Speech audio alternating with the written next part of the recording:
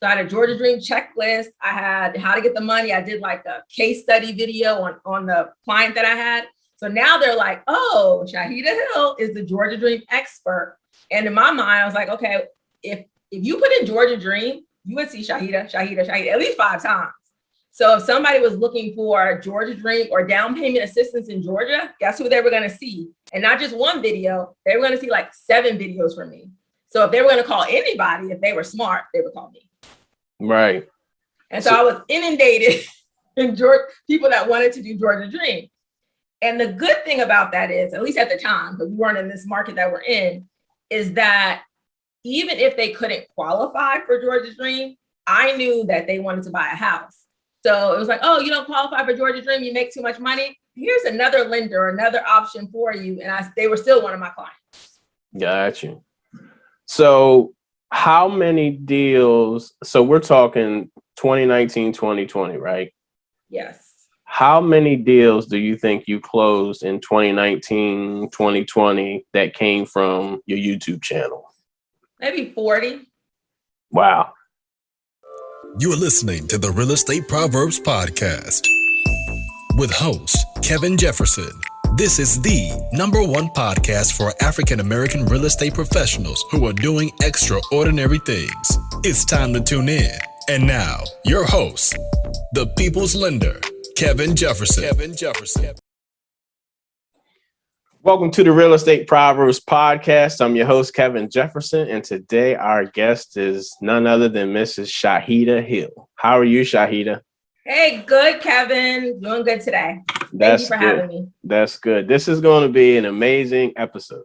So get your pen, pads out, recorders, whatever you need, and continue to watch it because you're going to get a lot of great information from Shaheedah. Shaheedah, tell us about who you are.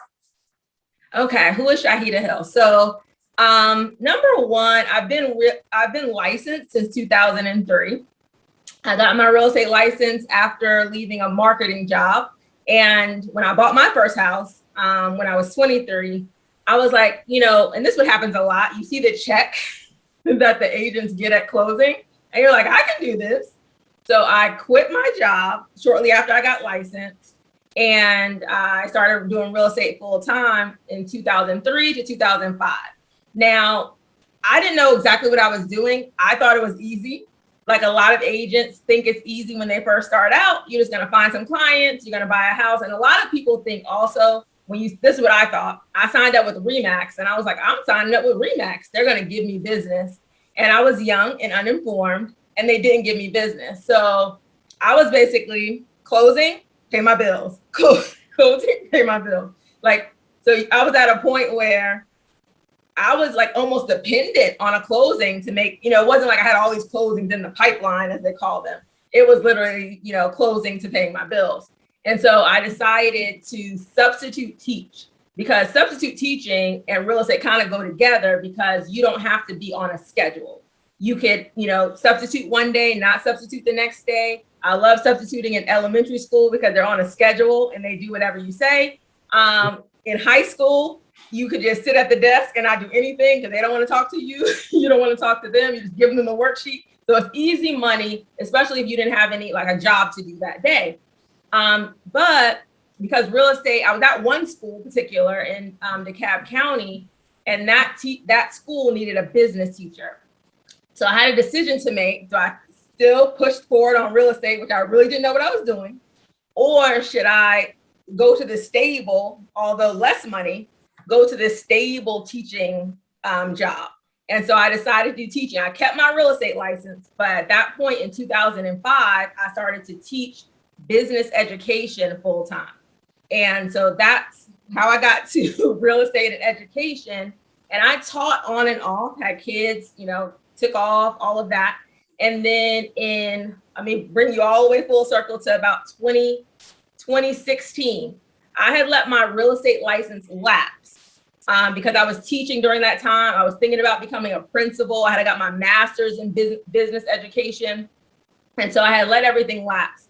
And my husband and I were going to buy a house. And I have a really good friend that's also a realtor. That's kind of how I got into real estate in the first place, back in 2003. And I called her and I said, She's my best friend. I called her and said, I want to buy a house. We're going to get a new house. I want you to represent me. And then she said, Shaheedah, just renew your license and, and represent yourself. Like, why would you like pass on that commission? And at the time, I was teaching still. I had 2 young children. And I was like, I just don't feel like, doing the things I needed to do to get my license reactivated. So, but I did it because I was like, okay, that makes sense. I went ahead and renewed my license in 2016 while I was still teaching, trying to make this as short as possible. I renewed my license while I was still teaching. And then from there, like, here I am, honestly, because at that point, I always knew I wasn't going to teach forever. Either I was going to become a principal to make more money, basically, or I was going to do something else in entrepreneurship. And my real estate license, I already had reactivated it and did everything I needed to do. Then I started taking on more and more transactions. And I was doing them both together until I was like, talked to my husband and said, I'm ready to quit teaching and do real estate full time again. Gotcha. So what was it that made you jump? Because a lot of people say they want to jump at a certain point, but what made you actually go ahead and do it? Okay, so I had quit my job before. So I had quit my teaching job before. And what year was that? Probably, I said 2016, I got my license again. Say 20, my daughter was born in 2013. I quit in 2013. And I had an infant child. Don't quit when you have small children. Let me say that. Don't quit when you have small children. So I had a 2-year-old and like a 6-month-old. And I quit teaching at that time to start. People in Atlanta might be familiar with it. I started South Fulton Lifestyle Magazine. It was a magazine focused on South Fulton County. And I started that for about a year, but it was a lot to do. So I'm starting something new. Don't start something new when you have a new baby and you have small kids. That's just because you have to, it's like having 2 babies at the same time. And who's going to get your attention? The real child, right? Right. So, so that I took off for a year, and I saved at that point. I had saved about $10,000, like not a lot of money to quit your job, but I quit my teaching job. We had like $10,000 saved, and I was like, I'm quitting, 2 babies, whatever. And we still kept them in daycare. And so a lot of the financial pressure was on my husband at that time, because I was like, let me quit. I got these 2 kids. I want to start my own business. I want to whatever. And so a lot of the financial pressure was on him. So when it didn't work out, I sold the magazine at the end of a year, and I said, I'll go back to teaching, right? But in the back of my mind, I always said, I'm going to quit again. But here's his husband looking at me like, you going to quit again? So this time I told him that I didn't just quit. I went from full-time teacher to part-time teacher to full-time real estate agent. So I stepped it down slowly, primarily for his benefit, to see that this could be, because when I quit for the magazine, I kind of just quit without a good game plan in place. So I wanted to make sure that he had faith that I was going to be able to still make money during this time, enough money. So instead of saving $10,000, I saved $30,000. I went from making $70,000 teaching to $35,000 part-time. And I was doing real estate at the same time, part-time teaching, and then real estate at the same time. So I think you have to do it with a plan in place. I'm, really lucky because I have another income in my house. I know a lot of single parents can't do the same thing. They might have to save even more money to make something like that happen. But you just have to have a plan in place to make it happen. Gotcha. So what year was this? So then this is 2019, 2020 school year. I was teaching part-time. Okay, cool. And at any point, did your real estate not go as planned and you were thinking about going back to teaching? No. Well, no, because at that point, it wasn't that I needed to make 70,000 or 100,000. In my mind, I wanted to at least make what I was making part-time, because I knew we could live off of my part-time income. So in my mind, I said, I can sell 7 houses a year, and I guess I was doing like 7 houses, 7,000. At that time, my average price point was 250,000 about. And so I said, if I sell 7 houses, I can make what I make part-time. So I knew that we could survive very well off of me working part-time. Gotcha. So that was 2019, 2020. and I was confident, and I convinced my husband I could sell 7 houses. If I could do it part-time, or if I could do it while I'm working full-time, if I was working full-time and selling that amount, if I knew I could do it if I was full-time. And then, over time, him seeing it, he said, oh yeah, you could do it. So Gotcha. That's what happened. So at this time, how were you getting your clients? Okay, good question. So at this time, I paid for Zillow. Okay. Basically it was family and friends at first, right? Family, friends, your sphere of influence, people that already knew me. And now they knew that I was back in real estate. So family, friends, my connections. But I knew because, I still remember 2013, not having any business. I remember my broker told me at the time, if the only person that's hiring you is family and friends, you're not in business.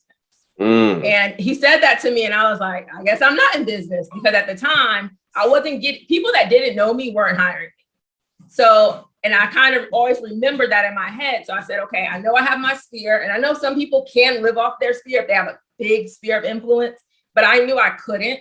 So I had to get some kind of outside people that didn't know Shaheedah. How can I get them to know me? So what I did first was Zillow, because Zillow was huge back then. Zillow, everybody was going to Zillow to find their house. People in my brokerage, they were advertising on Zillow. I didn't know how much Zillow cost, so I just called and I said, well, Zillow, how can I sign up to be part of this? And they had all these payment plans. You got a percentage of the market, a percentage of a zip code.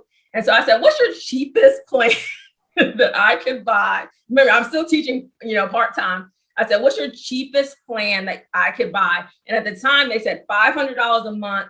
And it was like less than 10% of the zip code that I live in. It was very small. And I paid for it for 1 month. I said, let me try for 1 month for $500 and see how many clients I get. And I got 0 that first month. And I forgot to, I got calls, but a lot of them were like, I'm looking for a rental property. I'm looking for this. They weren't serious buyers. And then the second month, just because I forgot to cancel it in time, it rolled over to the second month. So I wound up paying Zillow $1,000. I got 1 lead. I got 1 legitimate signed buyer's brokerage agreement, but they wound up not working out. They were pre-approved for like 125. They wanted like the moon for this 125. So I couldn't, it didn't match up. So I did get 1 client from Zillow for $1,000 that never closed. So I had to figure out another way. And at that time I was, Googling like what works. So Zillow didn't work. What else could work? And I saw agents on YouTube and Tom Ferry, for the most part, talking about get on video. And one thing I wasn't scared of, when you teach in front of high school students for, at that point, 13 years, they zone you out. They talk about what you're wearing. They talk about how you look. They talk about if you mess up in front of them, they'll zone you all day long. So I wasn't scared of video. Like I said, okay, what's the worst that can happen? I'll go ahead and start doing videos. So I started doing videos on YouTube in 2019. Okay. And how, at that point, how often were you doing videos on YouTube? I said, because this is what everybody said on YouTube, to try to do them once a month. So not once a month, sorry, once a week. So what I would do is I put the kids to sleep. Because remember, I'm working at this point, I'm still working during the day. But I would put the kids to sleep and I would film my videos like at 9 o'clock at night. So at 9 o'clock at night, I set up my little corner. I have a guest bedroom. That's still where I film right now, actually. So I have a guest bedroom that's, the only bedroom on my main level. And so it was away from everybody and away from noise. And I filmed my videos there. And at first they weren't all that great. And so I had done some random videos, different places. But when I got really serious about it, I got a light. Like I ordered an Amazon light because again, I'm making them at night, so I can't do sunlight. So I had to get a light, a tripod, and I already had a phone. I didn't have any fancy cameras. And a lot of people ask me this, the first 2 years or 1.5 years of my videos were all on my Android Samsung phone. So I didn't have anything fancy. I had a tripod and I had a light and my Android. I'm an Android. Hi, everybody. I'm an Android. Majority of people are Androids, even though I get Joan for it. Big time Joan in high school. If you have an Android and you're a teacher, you are lame to students. So, and if the students had an Android, they're trying to hide that they have an Android. But yeah, so on my Android phone, that's where I filmed my first videos. Gotcha. So at this point, what was the reaction to the leads? Were you getting leads from your videos on YouTube? No, not at first. Not at first. So at first, I wasn't getting any leads. I would do videos. I'm trying to think of the videos I would do. Atlanta real estate market. What's happening in Atlanta? I would do just Atlanta videos, just general Atlanta videos. And then it wasn't until I did a video at the time, Georgia had the Georgia Dream program. It was a down payment assistance program that was giving $15,000 to first-time home buyers. And the best thing about it was you didn't have to pay the money back as long as you lived in the house for 5 years. So they were giving you $15,000 as long as you lived in the house for at least 5 years. It was fully forgiven. So that was a big deal. And I didn't really know about the program until another agent had told me about it. And then I Googled it and I, looked at it on YouTube to see if people had videos about it. And there were a couple of agents with videos. There were 2 agents with videos. And one of the agents that had a popular video, she looked like she was on her cell phone, but she was like she wasn't planning on doing it. It was kind of like, hey, 15,000, Georgia Dream, you should get this money or whatever. And then I said in my mind, I could do a better video than that. And so I sat down that night and I wrote it out and I did a Georgia Dream $15,000 video. And when I didn't even know about the YouTube algorithm at that time. I didn't know anything about anything. So I just said I could do a better video than that. So I sat down and I did that video. And that's when I got my first lead from that video. And it's so funny. And I found her a house for $97,000 move-in ready back in 2019. So I did find her a house. She called me off that video. Plus she got it for $97,000 plus the $15,000 down payment assistance. So it was like a huge win. And I said at the time, I said, well, how'd you find me? He said, I saw you on YouTube and you look professional and you look like you knew what you were talking about. So I called you. Wow. Okay. So that's your first lead. And so that's my first lead. And I was like, oh, so it clicked to me that she found me only by looking on YouTube. So what if I doubled and tripled it? Because people were saying, marketing say if something's working, make sure you light that fire. Like if it's working, double down on it. So I doubled down on that and I did anything that somebody would ask me or had a question about Georgia Dream. I did 10 Georgia Dream videos. The interest rate for Georgia Dream, how you qualify, the credit score. I did a Georgia Dream checklist at this time so people could download the checklist. So I built my email list. So I had a Georgia Dream checklist. I had how to get the money. I did a case study video on the client that I had. So now they're like, oh, Shaheedah Hill is the Georgia Dream expert. And in my mind, I was like, okay, if you put in Georgia Dream, you would see Shaheedah at least 5 times. So if somebody was looking for Georgia Dream or down payment assistance in Georgia, guess who they were going to see? And not just one video, they were going to see 7 videos from me. So if they were going to call anybody, if they were smart, they would call me. Right. And so I was inundated in people that wanted to do Georgia Dream. And the good thing about that is, at least at the time, because we weren't in this market that we're in, is that even if they couldn't qualify for Georgia Dream, I knew that they wanted to buy a house. So it was like, oh, you don't qualify for Georgia Dream, you make too much money. Here's another lender, another option for you. And they were still one of my clients. Got you. So how many deals? So we're talking 2019, 2020, right? Yes. How many deals do you think you closed in 2019, 2020 that came from your YouTube channel? Maybe 40. Wow.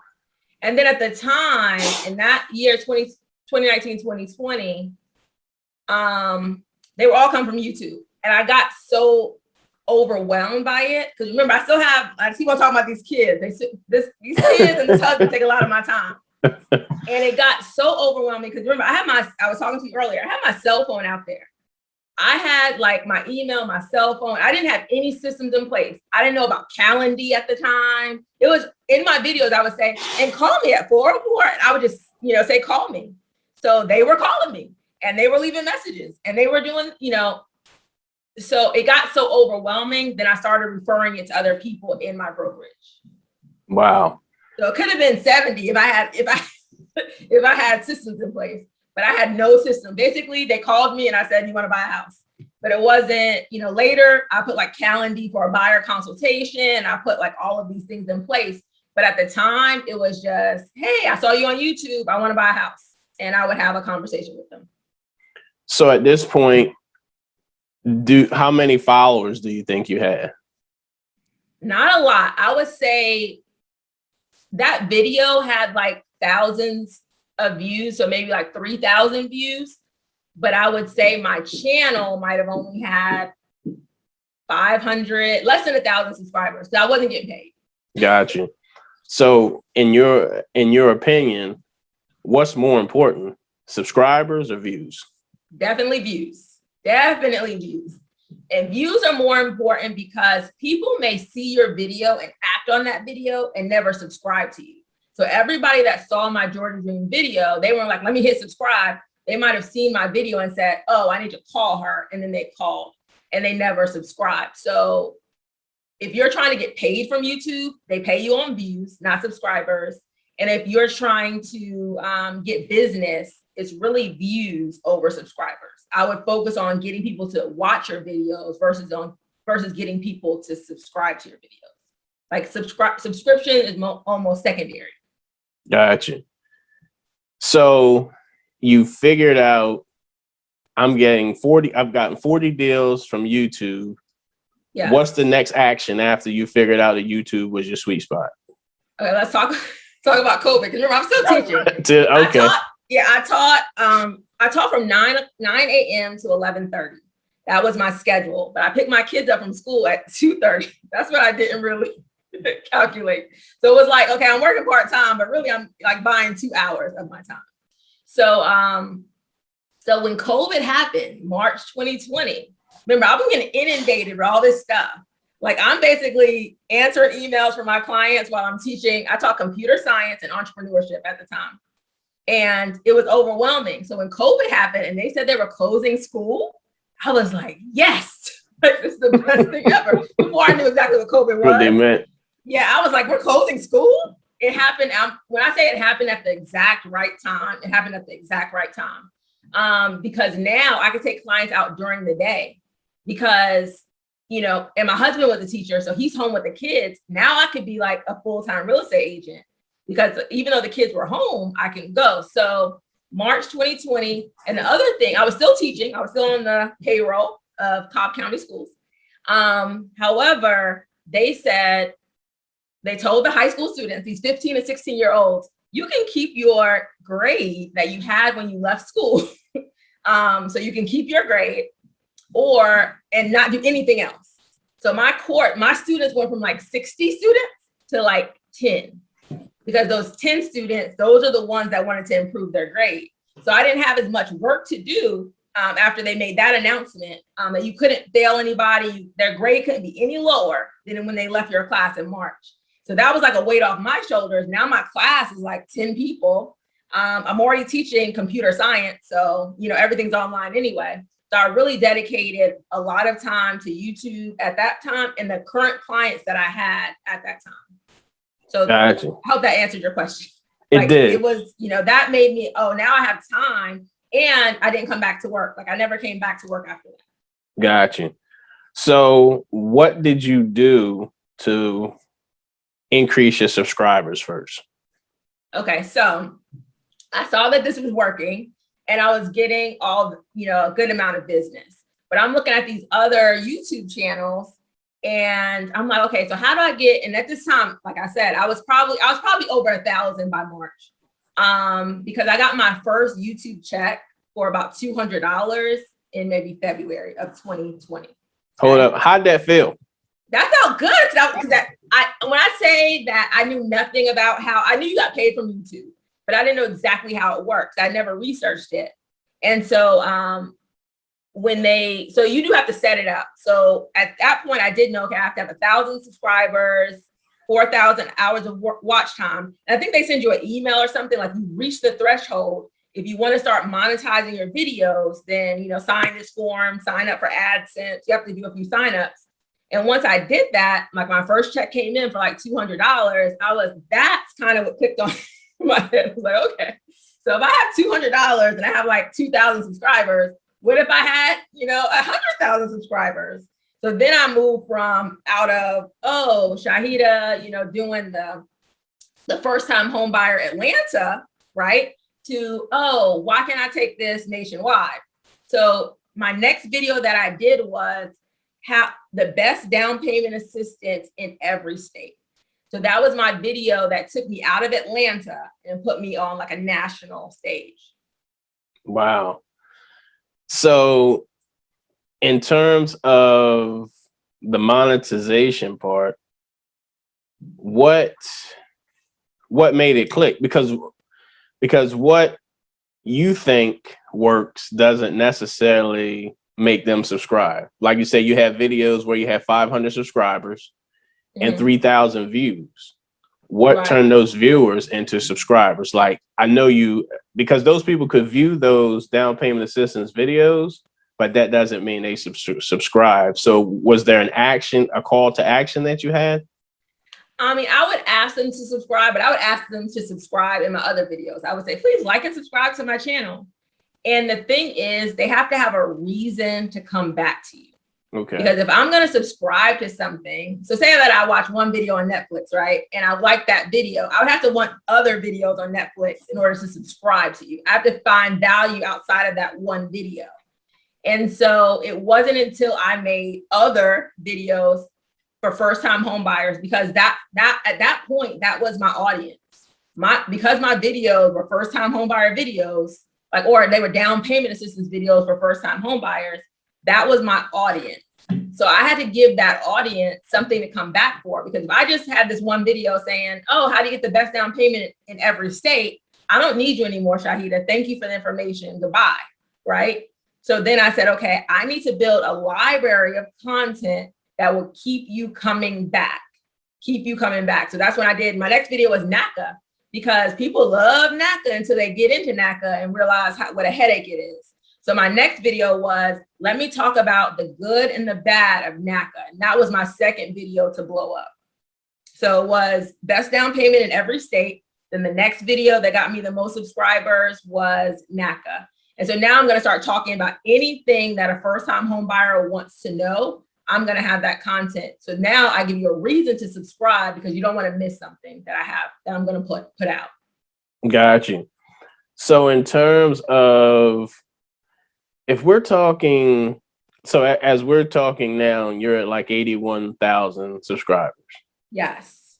And I would say that I Googled, I was trying to Google yesterday, like what am I like one of the top, realtors on YouTube, not just like real estate channels, but realtors. And I feel like I'm in like the top 10, at least I would think, that's talking about like a female realtor. Sidebar. So I've asked a few YouTube people, and they told me you should interview Shaheedah Hill. That's what they told me. Like, yes. They could have been the interview, and they was like, you should be interviewing Shaheedah Hill. And I found you during the pandemic, but for some reason, I guess I don't know why, I didn't know you were in my area. Oh, because I don't talk about it. Like I rarely say that I'm in Atlanta unless somebody, and I stopped doing that so people could see me more on a national stage and an Atlanta realtor. But yeah, I don't mention that I'm in Atlanta unless somebody asks. They'll like ask in the comments, where are you? Are you in Texas? People ask me where I'm licensed at all the time. I need to get a license everywhere, but I'm not. Right. And so I looked it up. I was like, let me see. Oh, like, shoot, right. If you could spell my name, like you have to try to spell it. Yeah. So I went back to YouTube to find how to spell it correctly. It's a funny story. Yeah. It's a funny story. I was in Publix, like getting lunch for my kids at like 9:30 at night in Publix. And somebody goes, Shaheedah Hill. And I'm looking like, and I have my mask on, like my sweatpants. But if you say my name correctly, I know you know me, versus if you don't know me. But he was like, oh yeah, Shaheedah Hill, getting you over the hill to home ownership. And I was like, hey, how you doing? And so it's so funny that, because at first I wasn't going to name this is another thing. I wasn't going to name my channel Shaheedah Hill because I thought it was going to be too hard to spell if somebody was looking for me. So the original name of my channel was The Real Realtor. And when I realized you couldn't brand realtor because like they own that word, I changed it to Shaheedah Hill Real Estate. And I figured, okay, I have to become famous enough where they'll have to know how to spell my name. Got you. So we get the $200 check and we're like, okay, click. There's an opportunity for more if I'm just doing local to Georgia. Yes. At what point did you start to see steam on your page in terms of, were you starting to get more views? Was it more subscribers? Like, how did it just grow? Okay. Because when we're looking at the time now, let's say in 18 months, you've increased your following by 80,000 people. Yes. Okay. So I think it primarily was serving my audience. And I was going to serve them. So number one, people are surprised that I still read my own comments. They're like, is that actually you? Like, I don't have like a VA. And a lot of agents or a lot of YouTubers get to the point, they're like, I'm not reading my comments on my own. They get a virtual assistant to read their comments for them. Like every morning I read my comments and that's me responding to them. And the reason why I do that is so they watch the video and then they come back with these questions like, well, what about this? Or what about that? That becomes my next content because now my audience is like, Shaheedah, number one, is listening to us and Shaheedah understands us. So it's like, okay, let me go by. And plus I don't know, I need to track the data. But a lot of people come back to me and say, I bought a house because of you. I bought a house because I watched your video on this. I didn't think I would ever buy a house until I saw your videos. You explain things in such a way that I understand them. So I built like a community. Say something about me on that channel. Guess what? They're gonna start attacking you because I built a community that they know that number one, I care. I've had my sister who was single mom that used Invest Atlanta to buy her first house. I interviewed her on there. I talk about my mom who bought her first house when she was 40. Like, so they built this connection with me that, they know that they can trust me and they know that I care because even if there's something I don't know, I figure it out and go back to them and respond to it. So the community that I built, they support me and and they subscribe to me. And because I'm bringing value to specifically what they want to hear. And that's why I think that I've grown so quickly because a lot of people are not doing that in my same space. Got you. So I think I know, but what is your niche for your page specifically? Okay, my niche is first-time home buyers. Okay. And they're first-time home buyers, generally first-generation first-time home buyers. And people make it under $100,000 because, and I say that because those are people most likely to want to get down payment assistance because everybody's a first-time home buyer at some point. But there's some people that have the money and have the means. And there are some people that are like in between. 100,000 may seem high, but that's kind of the cap that I put it at to say, okay, if I'm a 2-family household, maybe I have student loans, maybe I have some bills, you're still, might need some assistance. You may not have that much savings. You may not have, that many things laid in place, especially if you have a large family. So that is my focus for people that are considering down payment assistance, first-time home buyers, and first-generation first-time home buyers, and everything that person would need to know to be in. This is kind of my catchphrase that I've trademarked since I started saying it, is that for you to confidently buy your first home. And confident means, because a lot of people are nervous the whole time, right? So I kind of make the whole thing plain so they'll be confident first-time home buyers. Got you. So in doing that, so it sounds like the comments that you're in every morning gives you your content?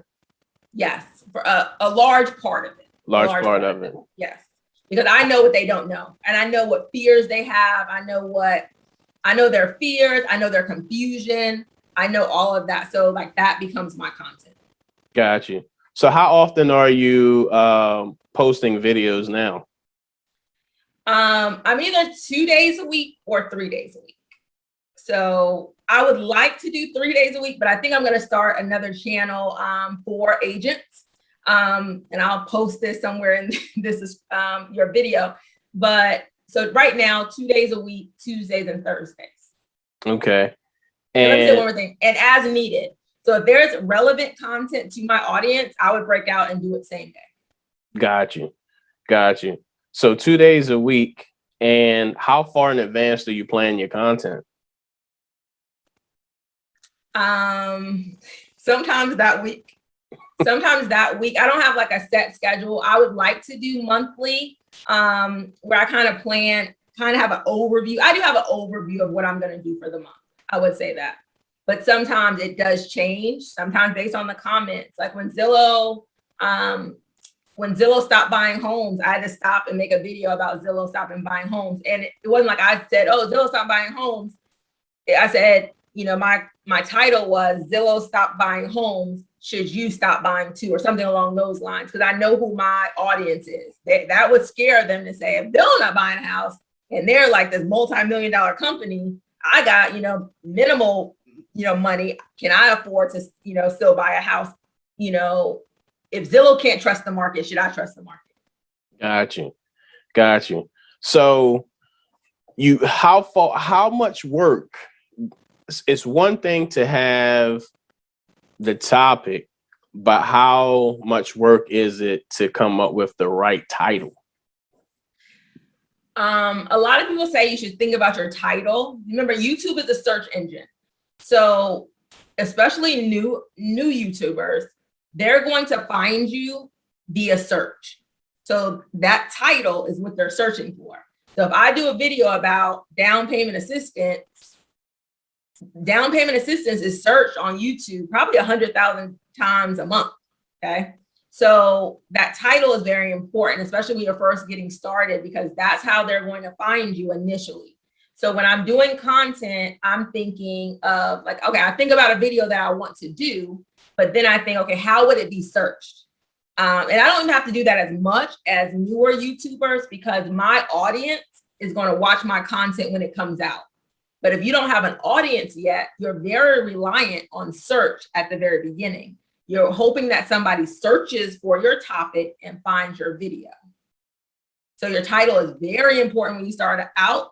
It's a little bit less important as you grow.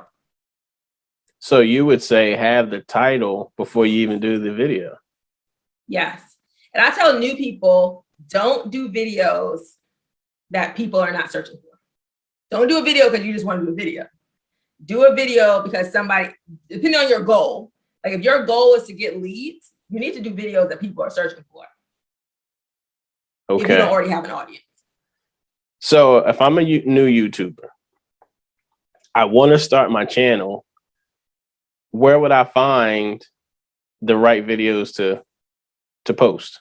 Good question. So they have companies that tell you how many times something is searched on YouTube. So there's something called TubeBuddy, T-O-B-E, buddy, like your buddy, your friend. TubeBuddy, keywords everywhere. Keywords, and TubeBuddy is free. Keywords everywhere is another one. And Google Trends. So Google Trends will tell you if things are being searched, what's being searched for that week. So if you want to be on trend as to what's happening, then you would do it, you know, that way as well. And you just have to be in the real estate market. What are people, you know, looking for in this real estate market? You just need to be up on it. Got you.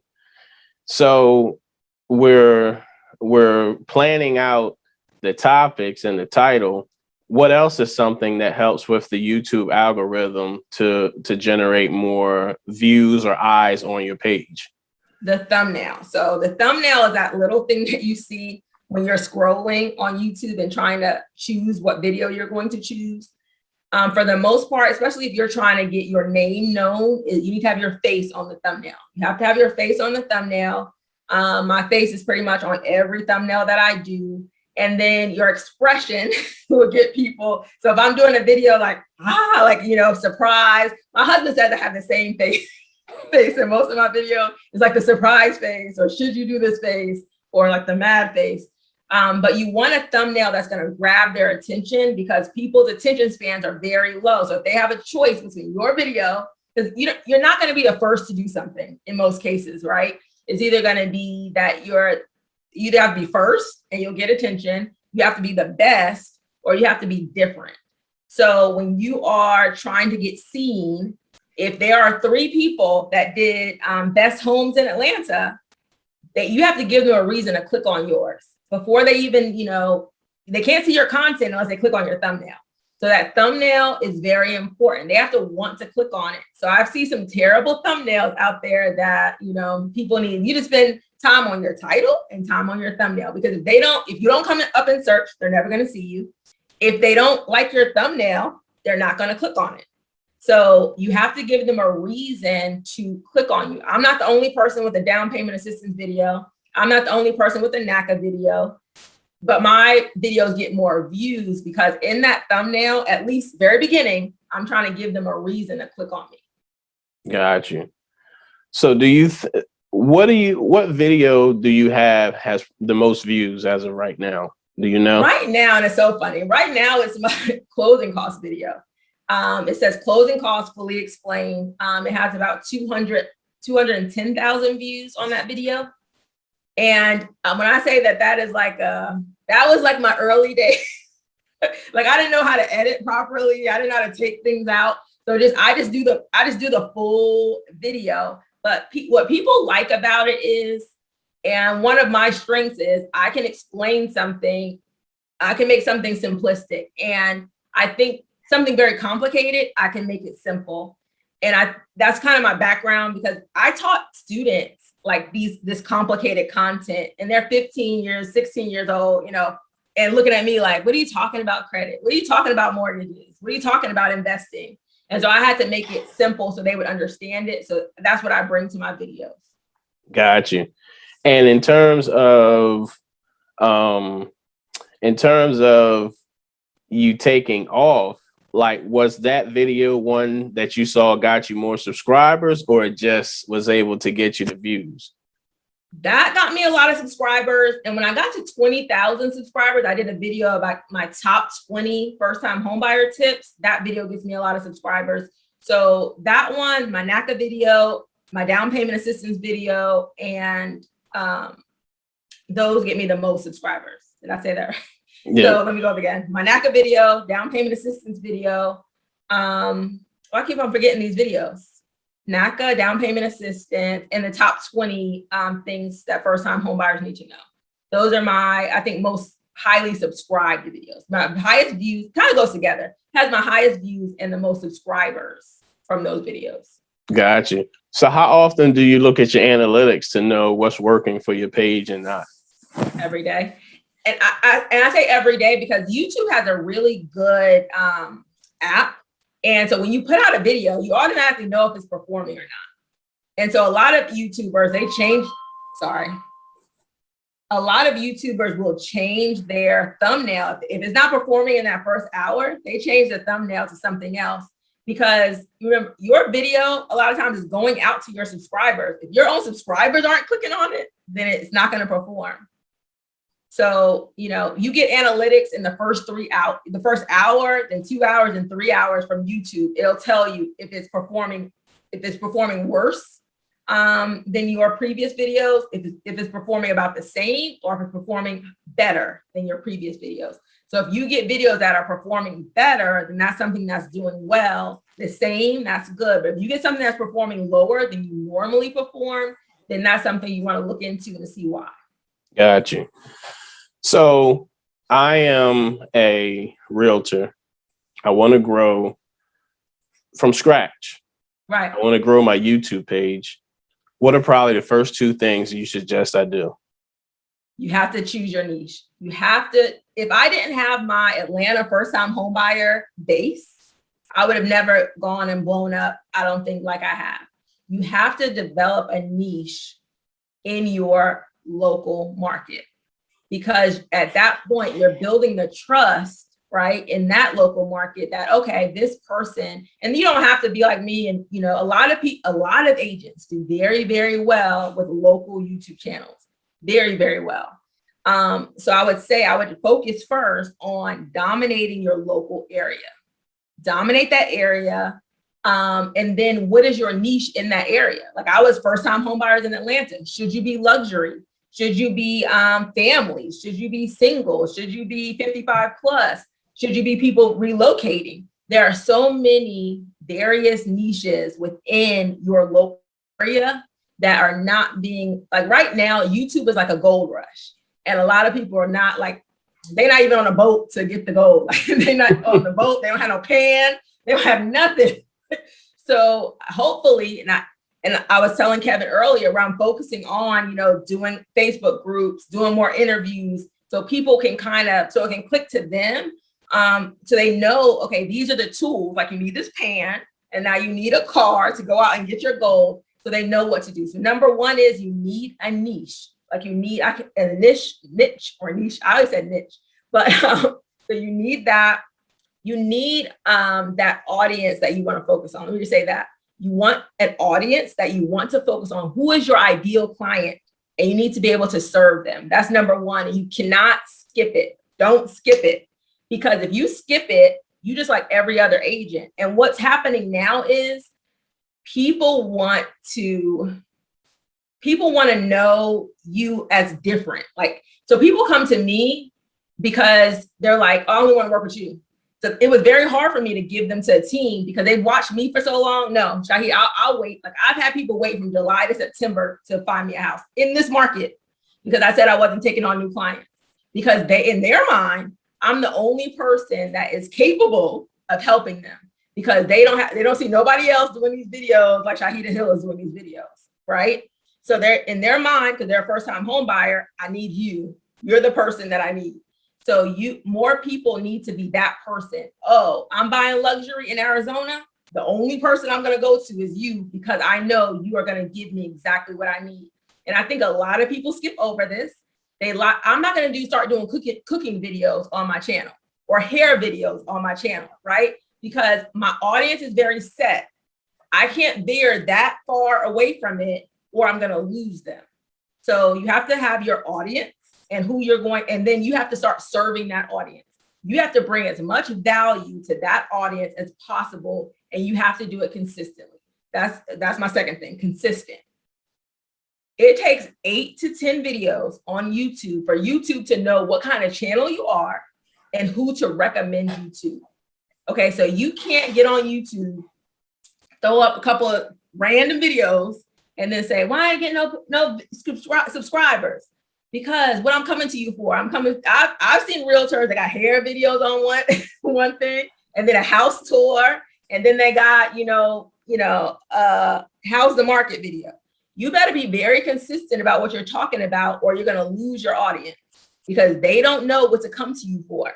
Are you going to give me hair one day? Are you going to give me a house tour the next day? Or are you going to talk about the market the next day? What are you talking about? So you have to be consistent. So 8 to 10. So every week I would do a new video in the same, topic range, right? To serve your audience. And then what's that? I was gonna say something else. So yeah, consistency is number one. And then I would only do videos. This is my third. I would only do videos that people are searching for. What is your audience currently searching for? And make sure you do videos that match that. And not video, because it's going to be hard for you to rank. And on these sites, the TubeBuddy, the keywords everywhere, all that kind of stuff, it tells you how often that keyword is searched and what the level of competition is. If it's high competition, you're likely not going to get traction, because, so say for down payment assistance right now, I'm probably going to come up. There's a lot of, other YouTubers that have come up that have a lot of views, and that YouTube's algorithm trusts their content. And then here you come with your down payment assistance video. It may not even come up on the first page. It might be on page 3. So now people have to scroll to find you, and they're probably not going to scroll to find you. So then you're disappointed, because I did a video, like I have a girl that does the same video that I do like a week after I do it. I'm not gonna tell who it is, but very similar content down to the numbers. Like you know, if I talk about some numbers, she's talking about the same numbers, right? Her videos have like 20 views and my videos have like 10,000, right? Because you're not coming up next to me, right? Because yours the same content. YouTube already trusts me. They don't trust you yet. The better thing for you to do, if you're watching this video, is for you to differentiate your content from mine. To say, okay, people are searching for down payment assistance, but some people are searching for, I don't know, best down payment assistance in Alaska. I don't like, be very specific about it. And then you're going to gain traction where YouTube can begin to trust you. Gotcha. Okay. So you answered what was going to be my next question, and which was, what if you see a title that someone else has? How well does that perform? But you've answered that. Yeah. Don't just say they did it. I can do the same thing. Remember, I said you have to be better. And even if you're better, when I say my closing cost video is not, it's good, but it's not visually good, right? If you do the same exact title as mine, the subscriber has to say, number one, you're not gonna come up on the first page, more than likely, because one thing that YouTube values is they already know that I have a certain amount of likes, I have a certain amount of watch time for that video. That's another thing. Remind me about watch time. I've built credibility where YouTube trusts that if somebody puts in down payment assistance, they will like my video. They don't trust you yet. And until you build trust in the little things, right? Because remember, I built trust on Georgia Dream in Atlanta. And they're okay, now people are trusting me. Now people are trusting me. Now I went to the national audience with it. But I had already built up a certain level of trust in my videos with the YouTube algorithm beforehand. Let's talk about watch time. So if you have a 10-minute video, and this is why you don't share videos with people outside your audience. You don't share videos on your Facebook page so your mama, your grandmother, and your aunt could watch it. Okay, so if you have a 10-minute video and people begin to watch it and they click off of it into like after 1 minute or 30 seconds, guess what it says to YouTube? This is not a good video. Whatever the people were searching for, when they clicked on your video, they only watched it for 30 seconds. We're gonna stop recommending it. But if they watch at least half or more of your video, YouTube says that must have been a good video for that title. Let me start recommending it to more and more people. So when if somebody watches one video of mine, YouTube is going to show them more and more of my videos because they're like, okay, well, this must be something you like in this audience. You need to have YouTube start working for you. And that's how it works for you. If you get a good amount of watch time, you'll be good. Gotcha. So, all right, let's take a different scenario. I am a realtor. I have my YouTube page. Let's say I have 20 videos, but none of them are performing well. What should I do to change that trend? Go back to who are you serving? Who are you serving who are you serving? I want you to go back to that. So, because I'm doing a video review on somebody's channel, and I looked at her video, just looking at all her thumbnails, I have no idea who she's serving. And that's a problem. So if I look at 20 of your videos and I don't know who your audience is, you probably don't have an audience, right? Because you're all over the place. So the number one thing I'm going to tell her to do is define your audience, because these videos, I wouldn't subscribe to this because one day you're talking about this, next day you're talking about this. There's no reason for me to subscribe. And then your YouTube can't trust you because you're not getting a whole bunch of views on these videos.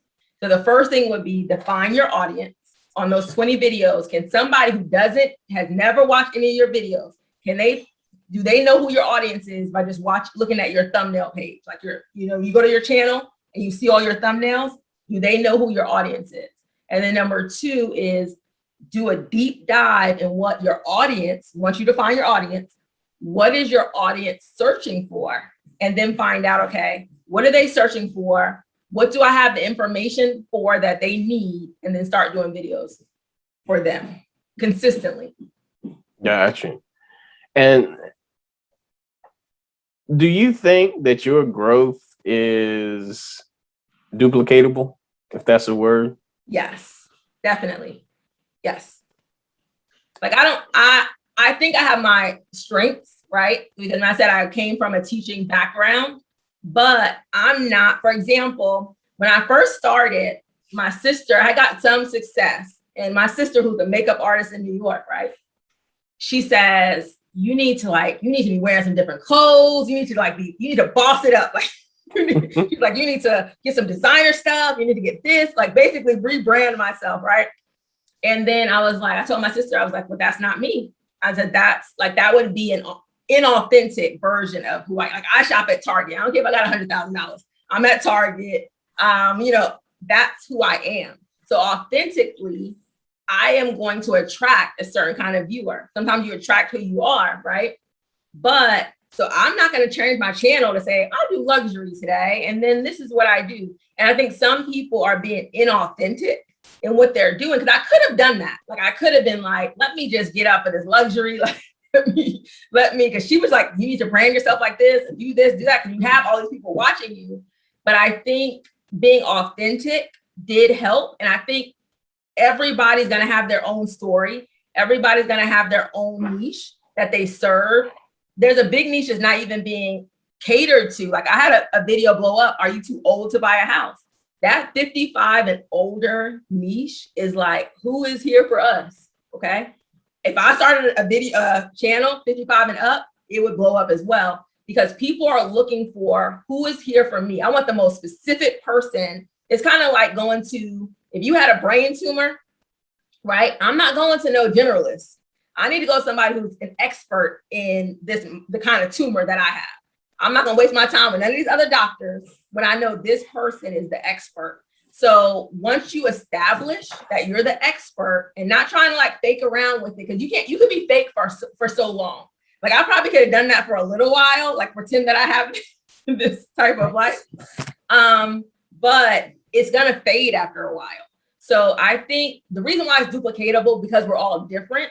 And if you bring your uniqueness to it, then people will follow that. Like you'll have your tribe, you'll have your community that see, okay, this is what, this is who I need, right? This is who I need to represent me. This is the kind of agent. This is agent I've been looking for my whole life, right? Because they're looking for you. Right now, I promise you, they can't find you.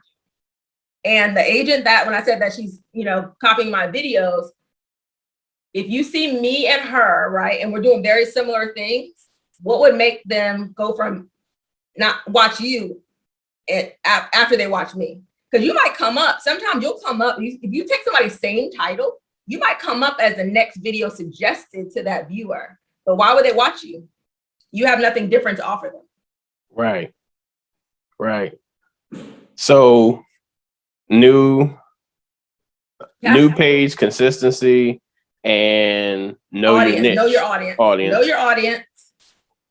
Be consistent. And the last one was make sure that you're doing content that your audience is searching for. Got you. And for the person who has the page, go back to who your niche is and who you're serving. Yes. Okay. A lot of people don't know. They just want to be like the agent. Like I just want to be a real estate agent and serve everybody in, Texas. No, you don't. Got you. So in terms of consistency, what determines when you release a video and how often? Once you're on YouTube for a while, YouTube will begin to collect data. And sometimes if you don't have enough views, you don't have enough data yet. Like even if you only have a couple of videos, they give you some kind of data to know how that video is doing. But they'll give you a time that your audience, once they develop who your audience is, they'll say your audience is online during this time. So that's when you should release a video because that's when your audience is most online and they'll tell you the day and the time. So that's what you should be doing. And then you'll get your own schedule. Once you know remember, you're working for your audience. Like I work for my audience. My audience is online from 5 to 9. So my videos generally drop 5 or 6 o'clock. So that's when my audience is online. They're not online on Fridays, Saturdays, but Sunday through Thursday, they're online from 5 to 9. So that's when I would drop a video. Those are the days I would put out a video. And, the amount of videos you put out is how much good content you could deliver. because, some people can't do it consistently and add a lot of value consistently. So starting out, I would do it, one video a week starting out. So you would say quality over quantity right now? Definitely. Because remember that watch time, if they click off of you, YouTube's gonna be like, that's trash. Let's not recommend it. So yeah, definitely quality over quantity. Okay. And in terms of, I want to see what your thoughts are. Who should have a YouTube page? Everybody, every agent. Well, I mean, everybody. So lenders too. Anybody that wants to grow their business without having to chase the business. That makes sense. Because if you give good quality content, they'll come chasing you. So if you're not like, I'm not cold calling, I think if you did YouTube consistently and you just worked your sphere of influence, people you already know, like, and trust, or people that already know, like, and trust you, if you do those two things, you should be consistently a six-figure agent, consistently. So I think for anybody who's like tired of chasing, like, I've never cold called people. I hang up on people that call me about foolishness. So I don't want to be the person that's cold calling somebody. So that's just not in my, it's not anything that sits well with me. So if you give value, people will search for you. You don't have to go searching for them. So if you're tired of searching for business and you want business to come to you, you should have a YouTube channel. Gotcha. Who should not have a YouTube channel? People that aren't willing to give it some work. Like, it is not going to be that you put up one video and you're like, oh, I didn't get no leads. Like, you have to put in, you need to be willing to do it consistently for at least 6 months. Consistently. So every week a video, strategize, not just no random video, but videos consistently every week for 6 months, and you will be successful. Gotcha. So I heard you mention that you have a Facebook group. Could you tell us a little bit about it? So yeah, I just started a Facebook group because a lot of people are asking me, like, how'd you do it? What I need to do? How do I do what you do, basically? So I started a Facebook group, and I'm going to have a course that's coming out. But the Facebook group right now is Local Celebrity Real Estate Agent. And I thought about that is because I think in the next 5 years, with more people just going away from, they're going toward technology more than they're going to, oh, who'd you use as your realtor? They want to almost know you ahead of time. So you're going to have to become like this, celebrity online, even if it's your local celebrity. Like, I want you to go in Publix and be like, Shaheedah Hill, right? Because they saw you on YouTube. So Local Celebrity Real Estate YouTube Agent is the name of the group. I'm going to provide Kevin with a link for it. But that's, if you want to connect with me or get started or get some questions answered, that'd be the best thing for you to do. Cool. And you say you also have a home buyers course. Yeah, I do have a first-time home buyers course for anybody that's interested in that. They can find the links are in all of my videos. And also I have a Facebook group. If you just put in Shaheedah Hill, first-time home buyers, Shaheedah Hill, you can find my first-time home buyers Facebook group. Gotcha. And we'll also add the link to this video as well. All right. Thank you. Cool. No problem. So listen, this has been eye-opening, and I know there's a ton more of information we can get. So listen, if you're interested in starting a YouTube page, definitely click the link in this video to join Shaheedah's group, and definitely follow her on social media, preferably YouTube. Can you tell us what your YouTube page is one more time? It is Shaheedah Hill Real Estate. So Shaheedah Hill Real Estate, Shaheedah spelled Shaheedah, Shaheedah Hill Real Estate. Awesome. Thank you, Shaheedah. This is Kevin Jefferson with the Real Estate Proverbs Podcast. Thank you and have a great day. Thank you.